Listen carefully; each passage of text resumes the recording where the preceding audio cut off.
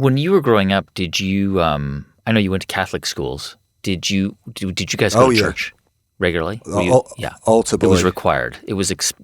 Oh yeah, you were an altar boy. Yeah, I think. I think my parents, because they're they're obsessed with music, and still are, and so my mother be late 70s now, and when I go around, partly because I'm a musician, but she's done this all my life, and now she'll show me what current country song or singer-songwriter usually from America that she's into on YouTube.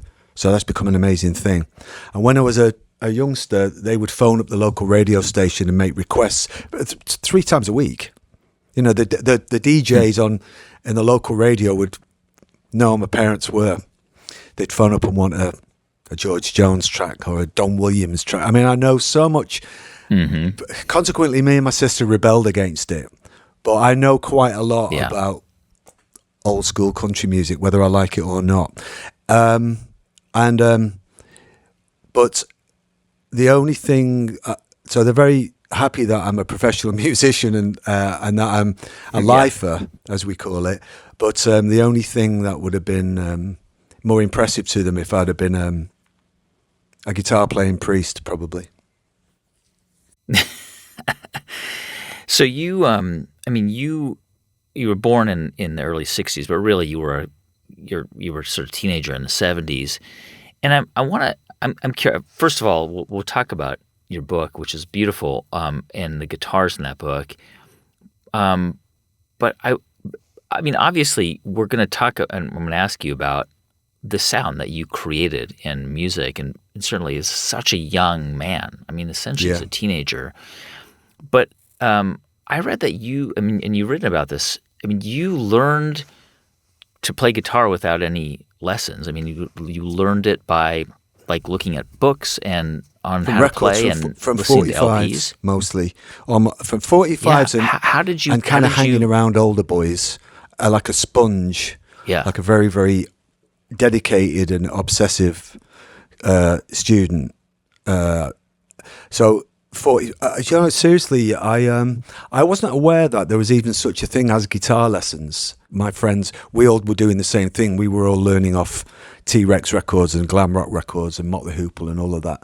How did you unpack what you were listening to? I mean, you mentioned T-Rex and 𝐬𝐸 Hoople and incredible bands, right? But how are you unraveling what they were making, the sounds they were making, and translate that into your fingers and it's a good question because I learned all of that from listening over and over again to Sparks and these early 70s records, which luckily for me, at this really formative age of 10, 11, 12, happened to be built on pretty great rock guitar music. So to answer your question, I would play those records going round and I would watch them, which is the same as my mother used to do with the Everly Brothers and all that stuff. You'd watch the records. Yeah. I'd watch them go spin. round and round, and I would. So my mother said once, years ago, I heard her say to somebody. This was after I sort of got known. She said, "Well, Johnny doesn't so much listen to music as study it." So I would study it. So, for example, a fade out. If the fade was too quick, it would annoy me. Another one, when things got to the second chorus, the guitar riff would be. Why is that? Oh, it's doubled by an organ. Oh, okay. So all of these things I enjoy doing now. So I studied at the same time as I was learning to put my fingers in the right places. So that's why I play the way I do, really. Yeah, I mean, there's so many questions I have for you, which helps explain a lot of the arpeggio and that approach, certainly early in your career, just kind of taking things apart and to their individual elements. But I want to go back to you at age 14 and just kind of the world you grew up in. Because obviously, I mean, as you mentioned, your parents were into music. They loved music. You had a home where music was played, and you were just attracted to the guitar. I mean, it was just something that you played. And there's some kids who are forced to take lessons and then they stop playing music. And there's some kids who just, it's like a bead of honey. It's just you're just attracted to it. What was it about the guitar? I mean, 14 years old, you were already a pretty good guitar player. playing with friends, but what was it about that instrument, about playing the guitar, that like kept you just sitting in your bedroom, and playing chords? Unfortunately, I can't actually answer what it is about that instrument, because I begged for this toy one, a toy little wooden one, when I was 5. And I do actually remember owning that guitar. It's like one of my first memories. And so that was hanging in a window. And so at that age of 5, you sort of wonder why that is. So it wasn't certainly because I wanted to be famous or, get girls or anything. It wasn't any of that at all? Not at the age of 5, it wasn't. No, not 5. I meant, but later like on, 14. The guitar is. I mean, the guitar is so great for all of that stuff. It's great for attracting friends, friends and partners, and showing off. And it's also very good. Paradoxically, it's also very, very good for getting away. In my case, because I'm quite sociable, I used to treat it some way. It was a way of me peeling off and getting away from activity. So in the middle of a football game or climbing trees or playing with my friends, I would just disappear because I'd had enough of small talk and I wanted to go and play. So I use that in a way that a lot of people journal. It's an escape. And a way of being private and meditative and with myself, Which is actually the classic description of an introvert, right? Which is somebody who over time loses energy from interacting with people. And you can be both. Well, actually, I've got the guitar sort of because I moved from the inner city to the suburbs at the age of 10 or 10, because I'd started playing then. The guitar gave me an opportunity to reinvent myself. So you talk to anyone who knows me, they'll say Johnny's an extrovert, but actually at heart if you actually listen to a lot of my music, it's very introspective music, but the guitar gave me a chance to change my identity, really, because people are, you're a guitar player, that guy he's in a band, and I looked like I was in a band, so I kind of pretended that I was much more confident than I was, and then it kind of worked. Another great thing about liking pop music and guitar, I liked it and still do like it on all levels. So I can talk about music, pop music, any kind of music on a very esoteric level, if you like. So as a child and still to this day, if I hear something that is very evocative or it can make me, it's kind of like the word is transcendent, it make me really get high and I want to play it 17 times. And they used to do that to me as a child. Some melodies, my aunties used to sing some Irish songs and stuff. Oh man, it just make the world completely shut out. So I can wax rhapsodic about music being on an esoteric level, but to get back to what you're talking about with football and stuff, I can also, as let's call it an indie fan, I also have a real deep appreciation about how great it is to see a band who all look the same and who wear great clothes.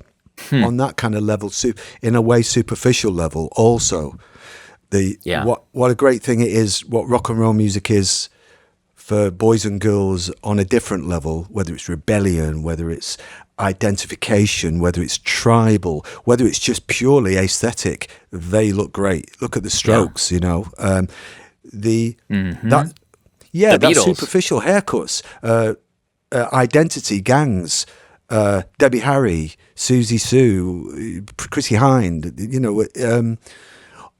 it doesn't all have to be, it's the whole thing for me. It goes from esoteric, and if you like spiritual, to absolutely superficial and shallow, and it's still all great. Johnny, I want to sort of ask you about, this kind of, I think it was a sort of a pivotal time in your early life, 14, 15 years old, punk is starting to blow up in the UK. Sort of, this is 77, 78. And you mentioned Noel Gallagher, and there's a line from, and he grew up, of course, in Manchester, and I think it's the line in Shaker Maker. He says, "Mr. Sifter sold me songs when I was just 16. Tell me about the record stores. Was that a record store in Manchester? Do you remember going and finding records, and how would you find them? How would you know what to listen to? Well, Sifters was one near where Noel lived, which is in the suburbs in South Manchester. I went to Sifters often, And so in the downtown of Manchester, which was near where I lived and where I would go all the time, there was a whole lot of record stores. And some of those record stores also sold kind of pulp. This was in the late 70s. Pulp paperbacks by usually these kind of science fiction-y writers. There was J.G. Ballard and Philip K. Dick. Why I mentioned that was because I remember going up for... I took all of this very seriously, and I wanted to be where the action was, if you like, okay? So I would go down there, and I now know that these older guys that I would see hanging out and buying these science fiction books. So it was a very fertile kind of illicit, because the other thing about these shops that sold back then, see, bootlegs, as they were known then, were illegal.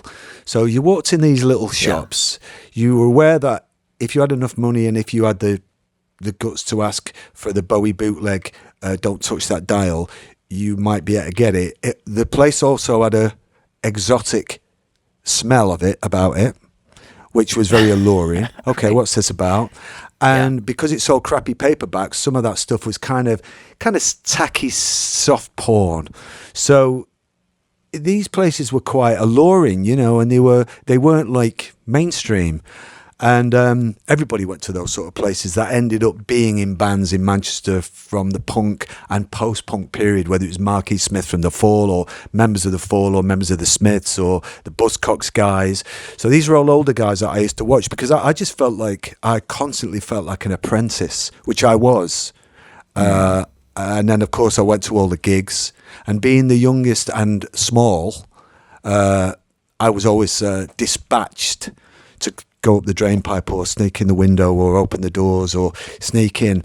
So Manchester, for American people listening, Manchester is like a cross between very much, it has the kind of soul of Chicago, the kind of edge of Detroit, and the kind of, as a modern city, it's very much like Seattle. So it has that kind of vibe going on, you know, it's the Chicago kind of Irishy, blue collar, industrial thing, but it has the kind of edge, the sort of industrial edge that Detroit used to have back in the 70s. And then but right now, and because it rains a lot, it reminds me of Seattle. So it has a lot of that stuff going in, you know. So it was a really exciting kind of place to be an apprentice. You met Andy Rourke, I think, when you were 10 or 11 or 12. I mean, he would go on to, of course, become the bassist for the Smiths. And you had early bands, a few early bands with him. But take me into like your, I don't know, bedroom or like the places you'd like try to work out what you wanted your music to sound like when you were a teenager. Like you get a guitar, you learn how to play it. By 19, which we're going to get to in a minute, like you're creating music that is going to be listened to around the world. But before we get there, how are you working out that sound? Like was it with Andy? Was it with other people? Were you going to other people's homes and just like kind of playing around with sounds? Well, because Andy and I first started playing in earnest around 14, although the first time we ever played together, I went to his house, we were 11 or 12. So Andy and I were best friends, kind of still are really. Well, yes, we are, and which is amazing. And, you know, we both encouraged each other. We're very different people. I sped him up and he kind of calmed me down. And he was a really good guitar player, but I always had the plan, and I was like, okay, well, he was great on the bass, so I was like, well, you know, you're amazing to play the bass. But so what happened was we had, first we started off playing, and I was writing songs, and it was me and a couple of pals, just to give people some kind of idea of what we sounded like. We used to do American Girl. So we had that kind of twin guitar jangle sort of thing, that kind of thing, which I'm very happy they're still a big part of what I do now. But I was the singer in those bands, really just because I had the best haircut, which is a decent enough reason to be a frontman when you're 14 anyway. And also I was able to come up with words, you know, so that was that. And then at the same time, I got kind of headhunted to be, this is still going into 15. You got to understand, this is what we regarded that band called Paris Valentinos. that we regarded that as our day job that school was kind of interfering with. Yeah. But then, whilst I was doing that, a band who'd made a record called Sister Ray, who were adults, and I think, without being too disrespectful, even they'd admit that they were reprobates. They made an approach to me through a friend and said they wanted me to be in their band, and they really talked me into it. And they were a scary bunch of dudes, but they sounded, and they'd made a record. So I said to my pals, look, I'm going to go and join Sister Ray for a bit. And they were all up, fine, you're working us too hard anyway. You know, I was like a bit of a kind of driver. And Andy was just my pal and was like, Johnny, go and do it. That's fine. So I went in and joined this band with adults called Sister Ray when I was 15. And so now when I'm asked, or in my mind now, I regard kind of that as when I started being a professional musician, when I joined a band with adults at 15.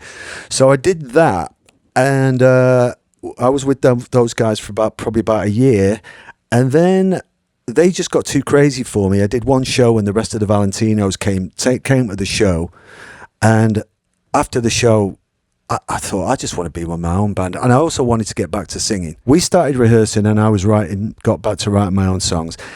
I was living with Andy at the time, with him and his brothers, with no parents around, no adults. Right. Why did you do that? Were you having conflicts with your parents? And Andy's parents, unfortunately but conveniently, had split up, and we had a free house. So it was a very bohemian opportunity. Does that make sense? You know, it was like we were able to rehearse. We were able to rehearse. Me and his brothers, his other brothers played guitar. Andy and I lived there often. And we smoked lots of pot and listened to records and dissected them and stayed up all night. Andy became an amazing bass player overnight. Yeah, but I mean, certainly not like a formula for like a stable life, right? Like a 15-year-old kid, like no, yeah, like I mean, you probably maybe in your head you thought, yeah, I'll be a professional musician. That's what I'll do one day. But like the chances of that happening were still pretty slim. I mean, were you convinced that you could make a career out of this already at 15? No, a life, but not a career. No, of course not. You know, I genuinely was not that so sure of myself. I was very driven, was just. I've got to say, as I became an adult, I look back and I identified that a lot of that drive was desperation, because my dreams. And honestly, when I say my dreams, I don't mean swimming pools and big cars. My dreams were to play, and the main dream was to make records. The actual performing, the thing that most musicians, their go-to is to stand on a stage and show off. I genuinely, that was not my main motivator. My main motivator was putting these mosaics of guitars together with really interesting singing. And the performing bit back then, I've changed now, was just kind of a necessary part of the job, really. Tell me about this idea of that you had to create a band. This is obviously how, you know, you went and approached Morrissey, who I guess was Stephen Morrissey at the time. You had known, I guess you guys had met briefly years before, and you kind of knew a little bit about him. But from what I understand, you had an idea in your head of what you wanted your next band to sound like. You'd gone through a bunch of different bands, but like you were. And what was that sound that, like, if you could articulate it in words, and you were like, this is what was that? So,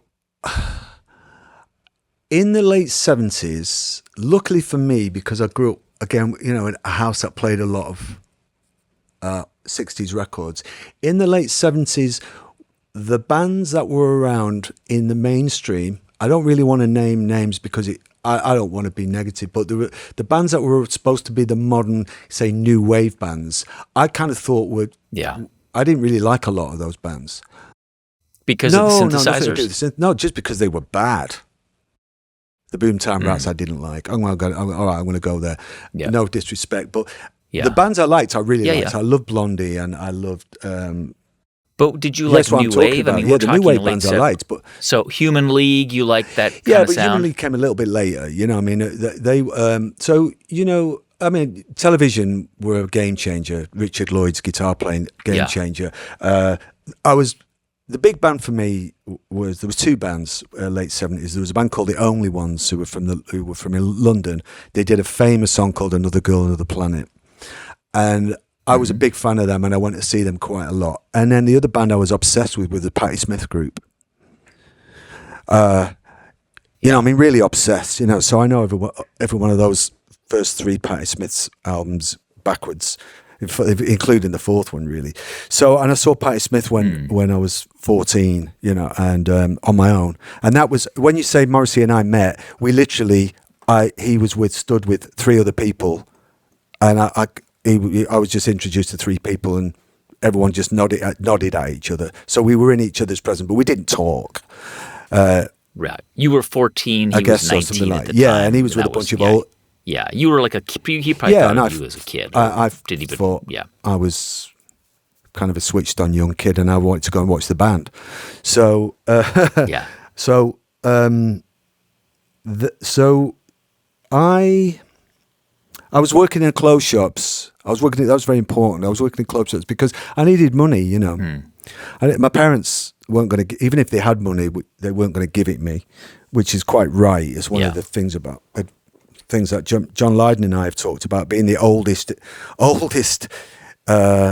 in an Irish family. You either get out and work, or you get out of the house, which happened to me, you know. So I worked in clothes shops. And I was a busy boy, so when and you were kind of thinking of what this sound of a band would be like, and you mentioned Patti Smith, and so I mean, obviously, the Smiths sounded quite different from what Patti Smith was doing. But what in your mind was that band that? I mean, obviously, it became the Smiths, but when you kind of were thinking through what you wanted this next band to be. What it was because I was working in clothes shops in the city centre. I worked in three different shops, not at the same time, obviously. Okay, so 3 different periods. What I would do in my break, I would go into record stores and I would buy old records. So once I discovered that I liked older records more than the modern records, so I bought Needle in a Haystack. I bought Up the Ladder to the Roof. I bought all these Supremes records. I bought Going to a Go-Go by Smokey Robinson. But all these I couldn't believe that these records were available, and they were quite cheap. It was like discovering. It was like Christopher Columbus or whatever. It was like I discovered an entire continent. So you were listening to Motown records, mainly women, and then the girl groups, like bands, like. Well, the thing about being into Patti Smith, of course, the Smiths didn't sound like Patti Smith, but because I was so into Patti Smith and also the New York Dolls, both Patti Smith and David Johansen would cite the girl groups, the Shirelles and the 60s groups and all of that. The Motown groups, So Patti Smith did, she did Time Is On My Side, the Irma Thomas song, Rolling Stones, and she did the Velvet Underground song. So what happens with your heroes, you want to know what they're into. And because I was a student, I went, I need to know about this. And then I fell in love I got very obsessed with the Crystals and the Shirelles, and particularly the Shangri-Las. And the important thing to remember is that, so in 1980, 81, again, not trying to, diss any other bands, but those records just sounded way better than the records that I was. They sounded better to me, I liked them better than the Thompson Twins and Tears for Fears or whatever. They sounded more interesting. They sounded just like what they are, which is actually, if you listen to them, they're kind of goddamn odd. So my concept, if you like, in a way, but obviously nothing, thankfully, in art.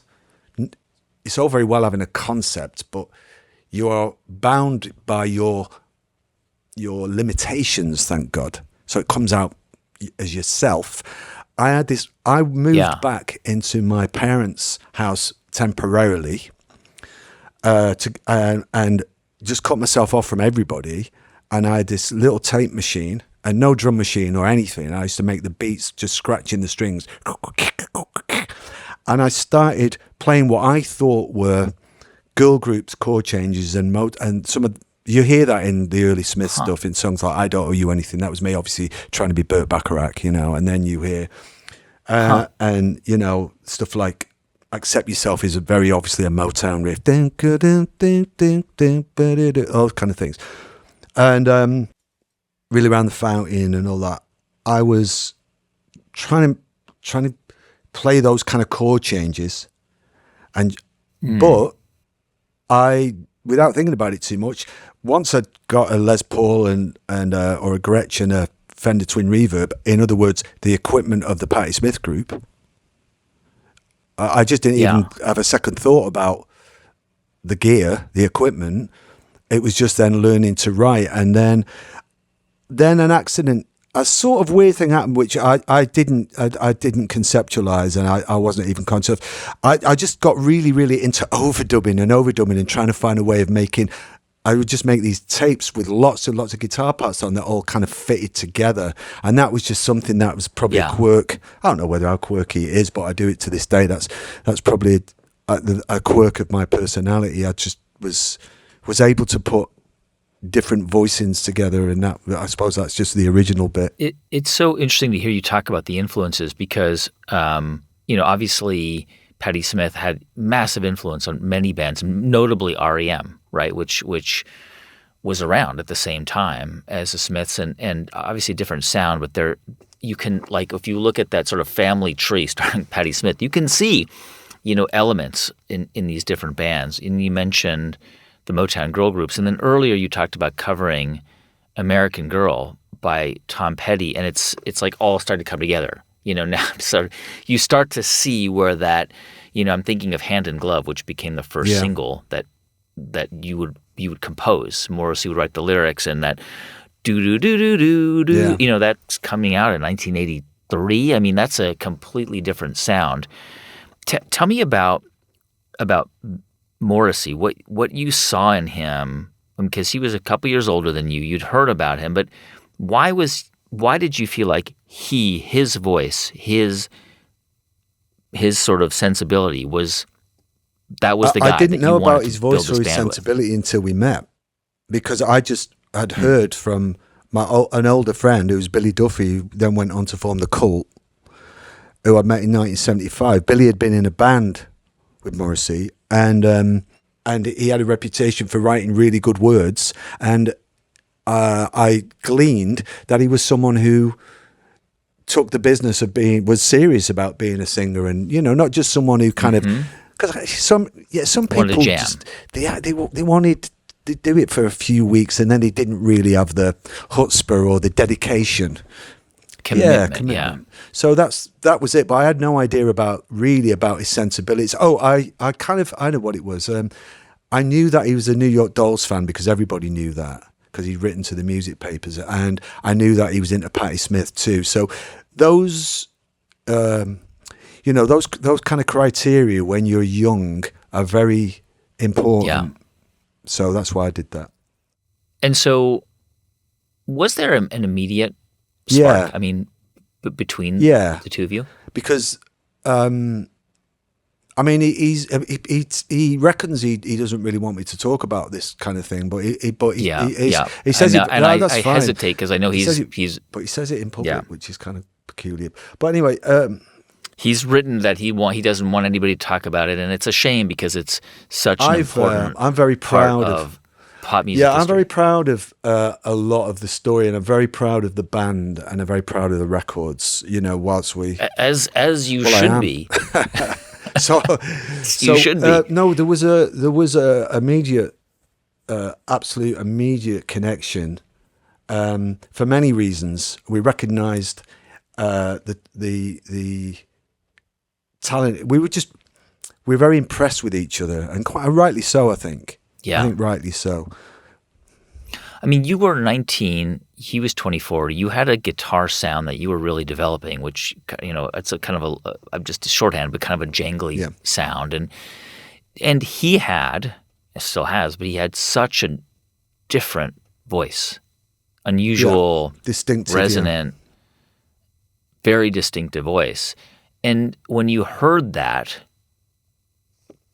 kind of, if you can reach back and think about how you started to write music for his lyrics, his voice. It was the other way around. He wrote the lyrics to the music, which was just the way we did it, and that was the way it worked. Yeah. The very first songwriting session, I wrote the music to the words, and we just fell into this process of writing, getting together in the early days. Because remember, the thing that it's a very important thing about the formation of the Smiths, that for quite a long time it was just me and him. And that was it, and we were on this mission. We were looking for other band members because I hadn't seen Andy for a while, and I was yet to go back and find and, recruit Andy, if you like, Andy Rourke. I always knew Andy, in my heart that he was the right person because no one played bass like him, and still doesn't, still don't. But there was just the two of us. So our process was that for some reason, it was, I always thought 3 was a magic number because, just 2 just wasn't enough and 4 was too many to be getting on with. So we wrote very prolifically, lots in batches of 3. And so the music, after that first initial writing day, from then on, almost on a weekly basis, we would get together face to face and then I just put these 3 songs down on a cassette, and within a few days, the two of us would then we'd have another 3 songs. And then band members, then there's the whole formation of the band when we got the bass and drums sorted out and then started doing little gigs. We still really didn't have that many songs in our repertoire, but as I say, we were quite prolific. And we were just on this amazing mission, and it was a really magical, creative, and very successful kind of inspired time in our lives. I mean, I think about how young you were. 19. I mean, tragically, the Smiths ended when you were 23, right? 19 to 23. Which was this incredible period in your life where there was just this like outpouring of creativity, and there was something that was going on, certainly between you and Morrissey, that generated that creativity and this very distinctive sound. We can talk about any number of songs, How Soon Is Now or What Difference Does It Make? I mean, just the guitar in those songs is so distinctive, and the words and the singing is too, and they come together. So obviously we're talking about the music here in this conversation. How did you, even How Soon Is Now, the beginning of that song, right? Do you remember how you created that sound in your mind? Yeah, the short version of it, this is one of the great things about productivity and creativity. Sometimes it's out of necessity. Yeah. So I'd written the track. So for my part of it, I'd written the music not long before, and it didn't have that tremolo sound you're talking about on it. And what had happened is we'd laid the track down without it on. And later on, when it was just me and the producer and the engineer, about maybe 11 o'clock at night, because everyone quite rightly just said, well, okay, well, by tomorrow, Johnny will have all the guitars and the track will be finished. I thought the track was missing something.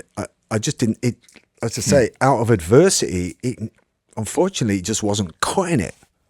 And so then,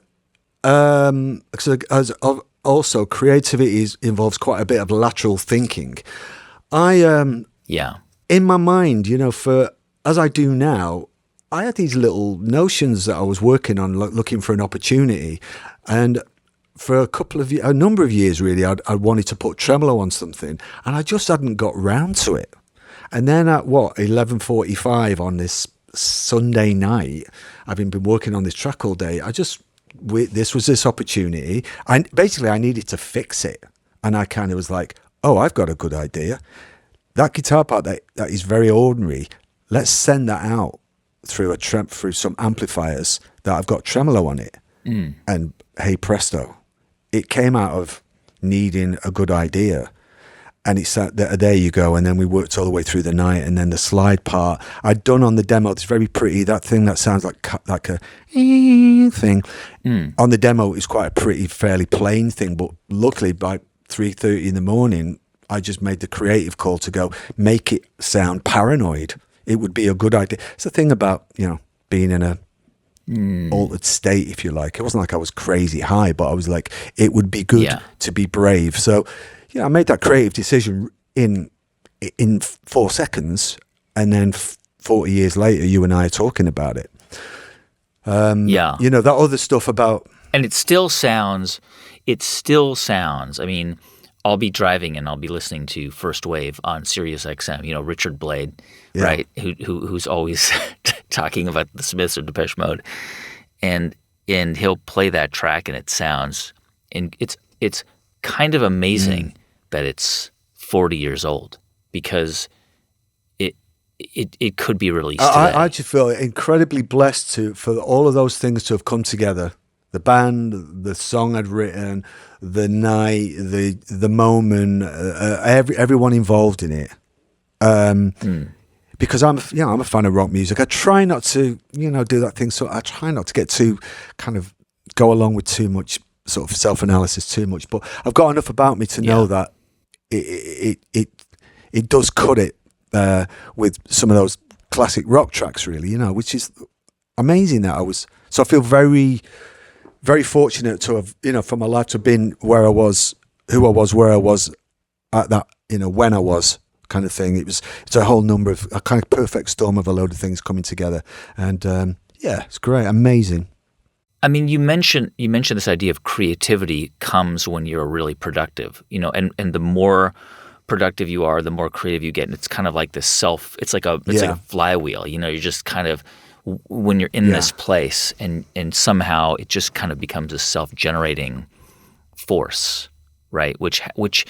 Well, there's a number of reasons for that. You get better at what you do. You create more and you discard more. There's a whole load of things about creativity that are very not particularly mysterious. I mean, I do believe. I've said this, many times before. It's actually Picasso's quote, but that inspiration does exist, but it has to find you working. That thing. So, and as Nick Cave. I've heard Nick Cave say, just get in and do the fucking work. And, I wouldn't be the first person to say that so much of it is craft and perspiration and all that. But the things that people say about, bottling the muse and the, inspiration and that thing that is outside of our cognitive reasoning, if you like, is fantastic. It's great, but you can't walk. I can't walk around for weeks and weeks and weeks on end waiting for some, piece of music to drop from the sky. Right. But I've been that way since I was a kid, because I was really into drawing when I was a kid, like 11, 12 or whatever, and I just assumed like it was just something that everybody did, like so. I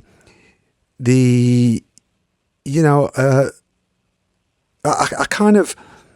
It just was. It felt like a good idea to me as a youngster to keep that flame going. Keep the flame. Keep your enthusiasm. Keep your eyes open. Enjoy colours. Enjoy. If you see a shape and you see a bridge, as I say, I was quite into drawing. So if you notice the way the angle of a bridge, or you notice a perspective, or I just thought everyone was seeing stuff like that, really. And then some of my pals I realised were just like, well, Johnny, you're a bit weird, and they frankly sometimes had an easier life than me. But I like, I think you have to. I guess there's all different ways of saying this, but I think you have to honour creativity, and you have to honour that it's a special thing, and if you want to just go sit in a bar every night watching sports, if that's your thing, that's cool also. Not everybody wants to look at angles and colours and listen out for symphonies, but I really it feels like do the work. You've got to do the work, but also you got to honour it. I mean, you got to, as you say, you got to take apart those songs in your mind. you've got, I think, 130 guitars, or you've owned more than 130 in your life, and guitars were a big part of the decisions that you would make around tracks. Obviously, you were known for the Telecaster, the Rickenbacker. There's a story that I read in this book that you put out, just basically about your guitars, about a Gibson that you got from the legendary Seymour Stein, who passed away recently, the A&R, or the head of Sire Records. He was trying to sign you guys, right, to Sire, and he's trying to court you, and you basically tell me the story about this guitar. So to go back to the Shangri-Las, so I knew that Seymour Stein was one of the founders of Redbird Records, which the Shangri-Las were on. So and also that he put out Patti Smith's first single. So I was already, give me the pen, where do I sign?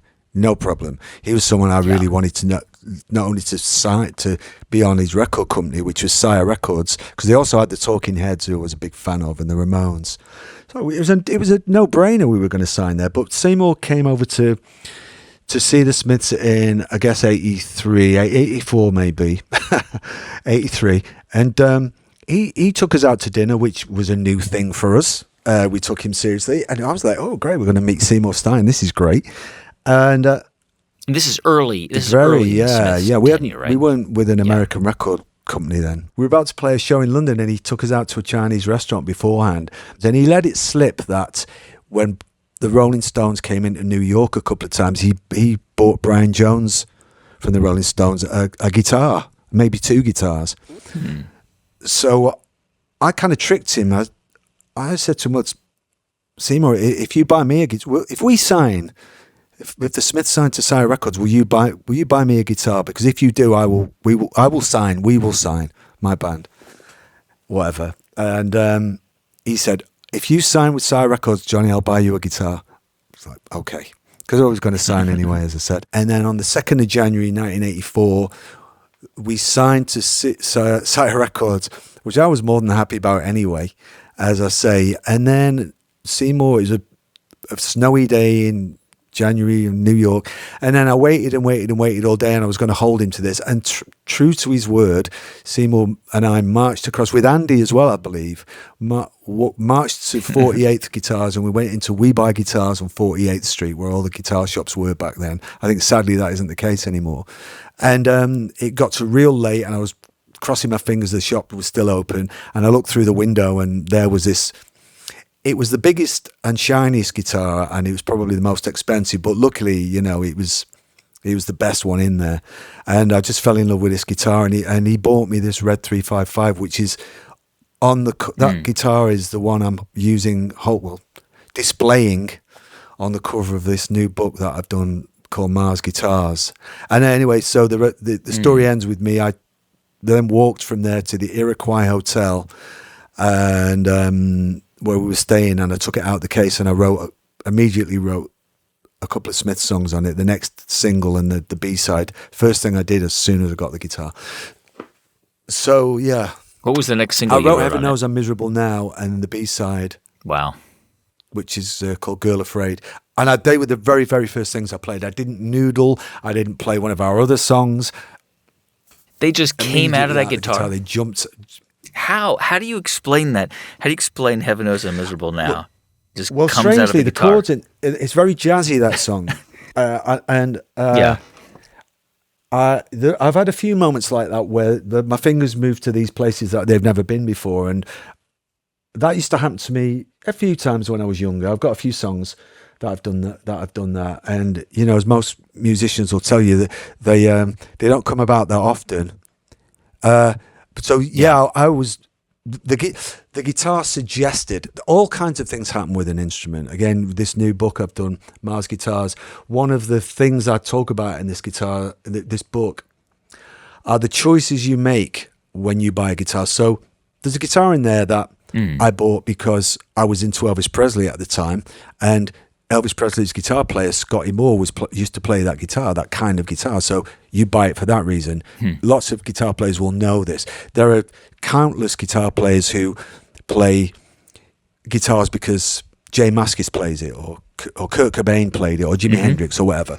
So you have those associations, and sometimes when you have those associations, say for example, if someone buys a Rickenbacker or one of my signature Jags, they might try and play like me. Yeah. So there's all these kind of connections that you make in your mind that are sometimes you're able to trace back, and maybe because the 355 to me looks like a jazz guitar, maybe I play jazz chords, but there's also there's a little bit of magic in some instruments. You get them and there's nothing in them, and other instruments you get them and you write 3 or 4. So I got a Rickenbacker. A friend of mine loaned me a Rickenbacker about 6 weeks ago, and I played it, and everything sounded like a song. So I'm trying to keep it. Yeah.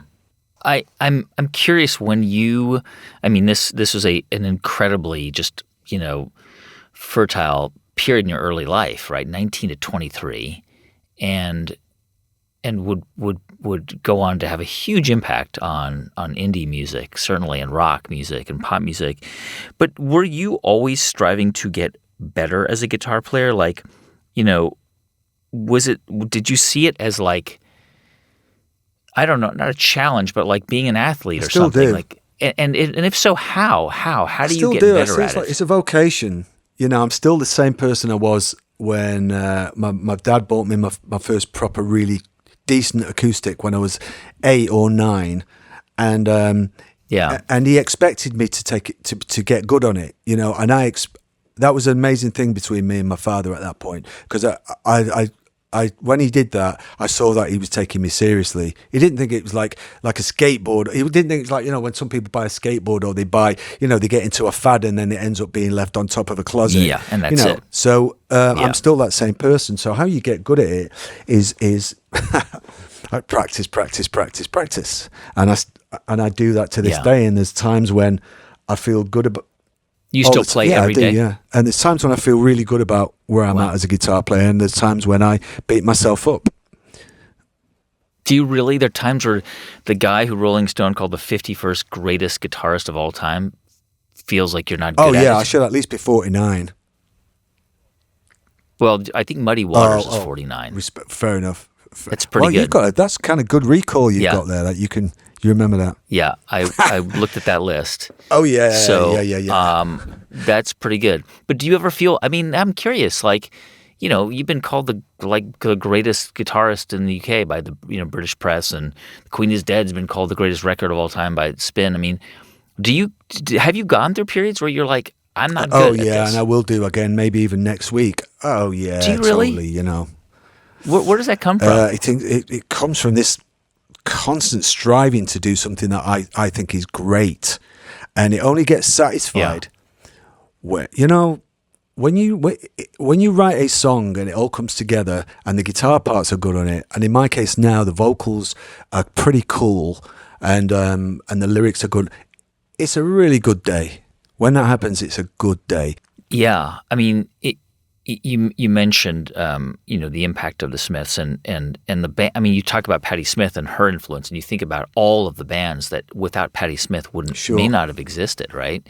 And you can make the same case for the Smiths. I mean, most notably Stone Roses, Oasis, but so many other bands. The Killers. Yeah. I mean, so many bands massively influenced by that sound. This was a hugely important period of your life, but then you would go on, of course, to record with many other bands, and then really become a member of another band, Modest Mouse. Yeah. And I want to ask you about this moment, because from what I understand, you went to Portland. Like Isaac Brock of Modest Mouse invites you to Portland. You don't know him. You don't really know their music, I guess. And you meet, and like the night you land in Portland, you write the music for Dashboard. Yeah, that's right. Yeah, in all honesty, yes. When you put it that way, because Dashboard was a big song, and it's a great. Yeah, I know it's a great track. Thank you. Great song.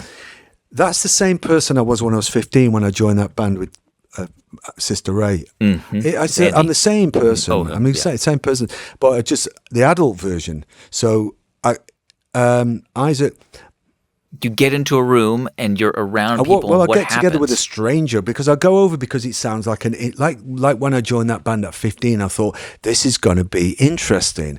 Because they just invited you to just come out and jam with Isaac them? Was there like an agenda? Isaac called me up and asked me, did I want to join the band? And I said, who is this? I don't know you, man. But look, I mean, we're now real lifelong friends, and I'm really glad. That's Isaac. Yeah. He asked me to join the band. I said, I don't know you. And how about, and then he was like, well, maybe you can help us do some writing. And I went, well, okay, well, how about I'll come over for 10 days, which sounded like plenty of time to be in a room with a bunch of strangers, who frankly had a fairly edgy kind of reputation. I thought, okay, 10 days, I'll go over and I'll see how this is. So two things happened. Yeah. One was that Isaac and I, that very first night, were both shooting for something. We both know there was something at stake. He paid for a first class ticket for this guy to come over, right? And I wasn't there to dick around, but the teenage me learnt in a pragmatic way to try and always have a few riffs ready, particularly if you've been invited to go and play in someone else's band.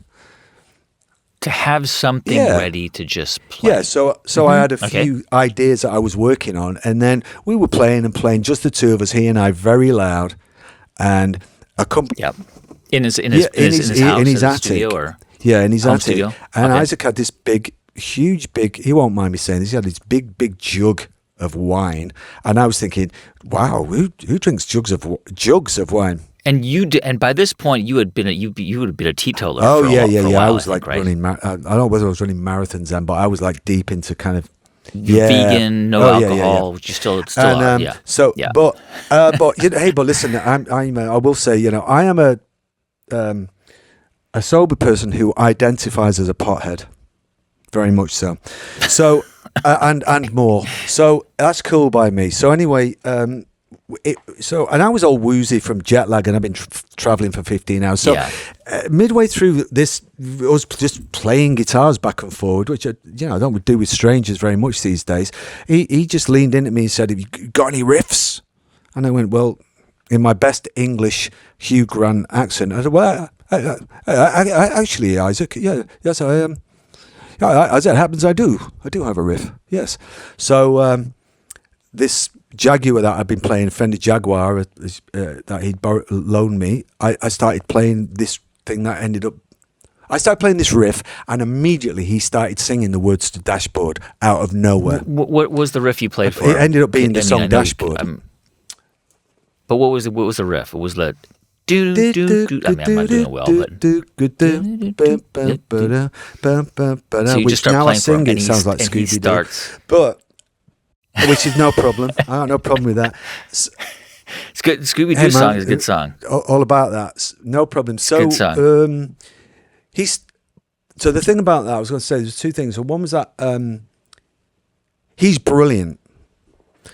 So he started singing these lyrics, a whole ream of lyrics, that most of which ended up as the song. And I genuinely never, in 30 odd years, man and boy, I'd never seen anyone do that quite like that before. Wow. That good.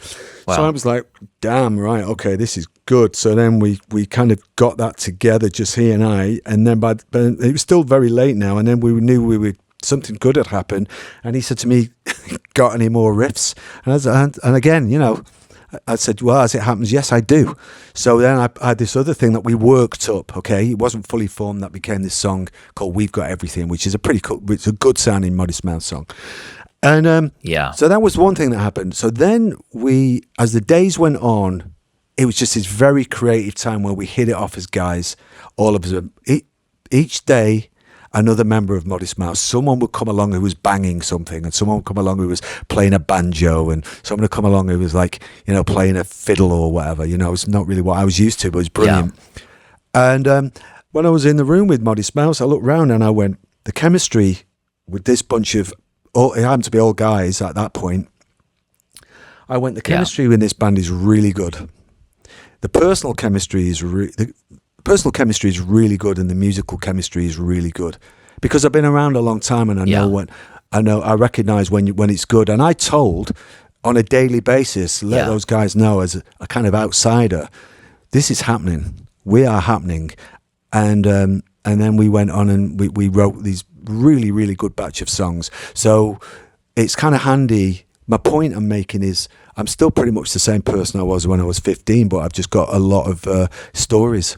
This might be kind of a self-evident question, but I'm just curious because there has to be examples when it's when it sort of runs counter to this idea. But does the chemistry have to be there in order for great music to be created? Like obviously, Lennon and McCartney, and then you see this documentary that Peter Smith did. Jackson. Not Peter Smith. Peter Jackson did, and you see, even when their relationship is kind of falling apart, there's still a chemistry. U2, incredible chemistry. They're still going, right? You and Morrissey had a chemistry for some time, but is it possible to still create that energy when the chemistry? I believe it isn't. Not there? No, so. Because we're talking about two things there. You're talking about maybe a good feeling and chemistry. They're not necessarily the same thing. Because I played with, with the Talking Heads on their last album, and Fear, Naked, Naked. The yes. chemistry, but the chemistry as a band when we were in a room together, playing on the studio floor, was the good. Musical chemistry was good. Now sometimes that's caused by tension. Because sometimes bands actually, they don't want to communicate, so they just play, right? But the musical chemistry in the Talking Heads was really evident to me. It was like, okay, but but I think they were kind of falling out of love with each other. I didn't notice there wasn't any hostility or anything, but we just know that that was their last record, okay? But to answer your question, I think the chemistry, to make something good, there has to be the chemistry there. I've seen it around REM. I've seen it in New Order. Yeah. My pals are in bands, man. So, but when the chemistry goes bad, you can't make something good. You can't make good music, good art. You just can't. So earlier on, when you referred to the Smiths split as tragic, I really don't. 40 years later, I don't see it as being tragic. I know why you say it. Now I know why you say that though, because people love the music and it was an unusual, a very creative combination. But it was the right time. It was the right time for it to end. The chemistry was over, I think, by that time. So you kind of got to know when to call it. Not all bands can last 40 years. It's cool. Tell me how because you've been a collaborator with so many people. Chrissie Hynde, and you mentioned the Talking Heads, and you played with U2 and the Killers, and recorded with Modest Mouse and and all these different bands. Noel Gallagher cited you as a huge influence when he was a nobody. When he knew no one, you gave him a guitar. You have released a few, I think 5 studio albums on your own in the last couple of years, and one that you wrote during the pandemic and released a double record in 2022, and some great tracks on there. Receiver is a really good track. Lightning, I think, is another track on there. Letting People, really good track. How do you, when you are not in a room with an 𝐦𝐨𝐬𝐭 or a Morrissey, how are you, and it's just you, and you're writing the music and the lyrics. Tell me how you. Well, that's the thing I do most of the time now. That's what I've been doing mostly for the last 10 years. Yeah. And in a weird way, like I said earlier, it's an echo of what I was doing at 15 when I was the guy stuck out front. But because you didn't want to be a front man for a long time. No, I didn't. Why I'm doing what I did, why I put my own band together and started singing my own songs was because I had the songs. I didn't have this idea after Modest Mouse and the Cribs. I didn't have this idea that wouldn't it be good if I was the big shot? Wouldn't it be good if it had my name over the marquee? Yeah. What happened was that after Modest Mouse, I kept writing, and I had these songs. One was called The Messenger, and another one was called Dynamo. And then I was playing with the Cribs, which was great around the UK. We played in the States a bit, and then I had this body of songs, and I'd done the demos, and a couple of my friends, one of the guys in my band just said, look, why are we looking for a singer? Why would we look for a singer? You do it. And then I also didn't want to. You do it. I didn't really want someone to change. How did you feel about that? Really, I was like, very easy because I didn't want someone else to come and change the words, and I didn't want someone else to change the way the singing was. I didn't want to join another band, and I just had these songs that I thought were pretty good, and I didn't know how it was going to be received. I didn't know whether anyone was. I thought, okay, maybe 500 people might start coming out to see us. Genuinely, and then it went really well, and my band are really good. Yeah. And then at festivals, people started liking us, and then blah blah blah on its road to where I am now. So, to answer your question, my day-to-day life is me doing my solo stuff with these days rarer excursions to go and work on Noel's recent album, or go and go back and work with Hans Zimmer and like on the Bond film or whatever. I take these excursions these days away from my day job because this is what I've been doing today. I've been in the studio with my band working on some new stuff. We've got a new single coming out, so that's nice. What I'm doing. Does it fire up other parts of your sort of creative energy when you go and work with Hans Zimmer on a soundtrack? Yeah. And then you come particularly back to the studio? with Hans. Yeah, tell me what happens. What does it do for you? Well, the main thing about working on the movies, well, first off, Hans is brilliant. One of the greatest. Hans is brilliant, and he's his family. I mean, right now, as we speak, my son's out in, I think he's in Prague. He's in Prague or Germany or somewhere right now playing with the Hans Zimmer Orchestra. So Hans is he is like family, and he employs my son, and we love him. So I'm there with my pal, but obviously because it's Hans Zimmer, you end up working with, I've always worked with really good directors. So how it works, which is completely different from me writing songs, is in the movies, the director literally calls the shots. And that's very good because it gives you a remit. So when you are given a set of parameters, when we're working on something on the movie, so Hans writes the music, but he says to me, make it work with your guitar. I know straight away when something's not right, and that's really liberating. It gives you, and you can't just have millions of options. I don't anyway. I just kind of do something. I go, oh, what's the vibe here? Is it needs to be dreamy, like Inception. Obviously, I needed to be dreamy and also quite uptight and a bit paranoid. And when we did this Julianne Moore film, Freeheld, it had a real kind of like down home, almost country sort of, I don't know, a rustic kind of, the character was from New Jersey and they were doing that. So I kind of was like, okay, well, what would like a Bruce Springsteen demo sound like, and then I got it wrong because I'm from Manchester, and it worked. So you have all this, it has to fit, and when it's not. So it's completely different. And you were a guy who is like, Johnny Marr, rock, guitar, God, all these people want to work with you, know you. And then, but even so, 10 years ago, you're like, I'm going to make a solo record. And you're putting it out there for people to hear and potentially judge.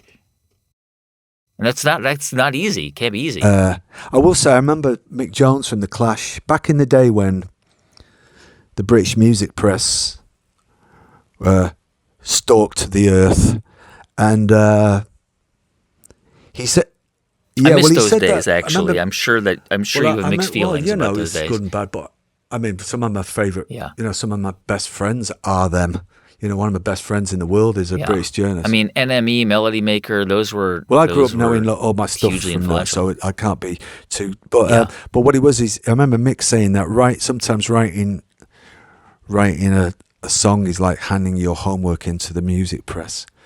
So, gladly, it's not like that anymore. That's a really interesting idea. It's like, you've worked on this thing forever and ever and ever and ever, and now you're putting it out in the world, and it's going to be evaluated and judged. Yeah, and look, and I'd done it before in 2002, 2003 with my band, The Healers, and what I was trying to do, people just didn't get. And I look back on it now, and that suffered a little bit from me being who I was.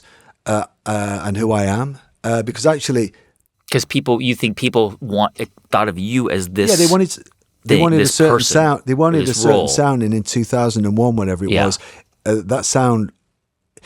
No one wants to be put in a box, However, it's a funny thing. You get to a certain point when you get older, and even though I strive to do things I haven't done before, and my wish is to surprise myself with some of my songs. When you're when you get older in your life, you should it's a good thing to lose the chip on your shoulder and drop your hang-ups. So I, back when I was younger, I'd say with Electronic, the band I had with Bernard Sumner I would do anything, and did do anything to avoid sounding like people think I sound. And Bernard would say, Right. You very consciously said, I do not want to make music that people are going to think of as the Smiths. And well, I think it's one of the nice things about getting older. I mean, if I thought like that now, there would be something wrong with me, really. I mean, don't get me wrong. I don't want to just phone it in or be a parody by any means. But I'm glad that. So when I play with Hans and he wants me to play like you, I know what he's going for. And so I think I've dropped those kind of hang-ups. Let's put it that way these days. And judged. However you judged, whatever. I'm just glad people actually give a shit to listen. I'm very, very happy that one of the greatest things about being successful that you never ever forget is, judged or not, I remember when I just wanted people to hear me. And so, look, just have a listen to what I do, You have, I mean, having read so much about you and all the people that you've worked with or mentored or, and mentors you have. I mean, you're, and you've got great relationships with, I think, pretty much everyone you've worked with. Obviously, Morrissey and I would say to him if I was interviewing him, a complicated person. I remember asking Graham Nash when he was on the show about his relationship with David Crosby, which was difficult, and at a certain point they weren't speaking, and David Crosby, of course, passed away, and Graham Nash wrote a beautiful tribute to him. But part of me is sad that they didn't, reconcile, and maybe somebody like Morrissey is just too challenging to. And I'm not going to ask you the question about a reunion. Yeah, don't worry, I'm not asking the question, but I want to ask you about the relationship with him. Does it matter to you? I mean, do you think that at some point, I know that you have had contact in the past, or do you just think that, it is what it is? I'm not trying to sound inflammatory, but it doesn't matter. Of course it doesn't. Yeah, I feel genuinely fortunate that I was involved in something that a lot of people feel so fondly of. Yeah. And I have such a fondness for, rather, but and that's kind of as much as I can make of it, really. Yeah. Yeah. I've got plenty of friends. It's fine. Yeah. Do you, Johnny, when you're I think maybe around that time of our conversation here, close to 60. So you've got, you look at Paul McCartney, he's touring well into his 80s, right? I mean, you've got a long career ahead of you. What do you want to, you've gone through all these different phases of your career like anyone does, and different sounds, and now you're at a point where you're taking all of those things in, the Modest Mouse, the Smiths, White Dice, all these different influences in, and you're comfortable in your own skin as sounding like Johnny Marr, whatever that means. What do you, when you challenge yourself and you're working on music now, and you're kind of trying to think of expansive ways to make music, and is it about making sounds that surprise and delight and blow people's minds, or is it just making music that you would want to listen to? I think both those things are the same, to be honest, Guy. And luckily for me, the way things have turned out, there's two ways of looking at almost everything, isn't there? And the way there's one way of looking at the way things have turned out for me, in that, because I started singing on my own solo records, 10 years ago, and put my own band together. We're just working on this new track. It's probably out by the time people hear this, but we're working on this new song that we've got now that I've written called The Answer, and the singing on it just doesn't sound like anybody else.